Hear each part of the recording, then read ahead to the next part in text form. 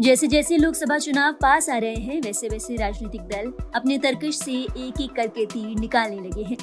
इसी कड़ी में केंद्र की सत्ताधारी पार्टी बीजेपी के अध्यक्ष जेपी नड्डा ने मंगलवार को एक बड़ी मीटिंग की। इस मीटिंग पर चर्चा की गई कि आगामी लोकसभा चुनावों में कैसे मिशन 400 के लक्ष्य को हासिल किया जाए। इसी के साथ महिलाओं और युवाओं को कैसे साथ लाया जाए।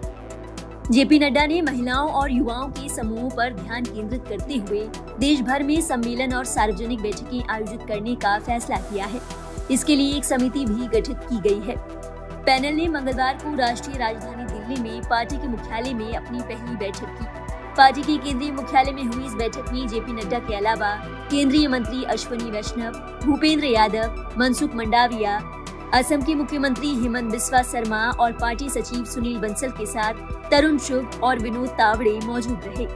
ये सभी पैनल का हिस्सा है। इस बैठक में उस फॉर्मूले पर भी चर्चा की गई है जिसे ज्ञान नाम दिया गया है। ज्ञान का मतलब गरीब, युवा, अन्नदाता और नारी से है। कई मौकों पर प्रधानमंत्री मोदी ये कह चुके हैं कि उनके लिए केवल यही 4 जातियां हैं। प्रधानमंत्री की इस बात पर फोकस करते हुए ही ज्ञान के फॉर्मूले को तैयार किया गया है। इसके तहत पीएम के निर्देशों को ध्यान में रखते हुए बीजेपी युवाओं और महिलाओं तक अपनी पहुंच मजबूत करने पर फोकस करेगी।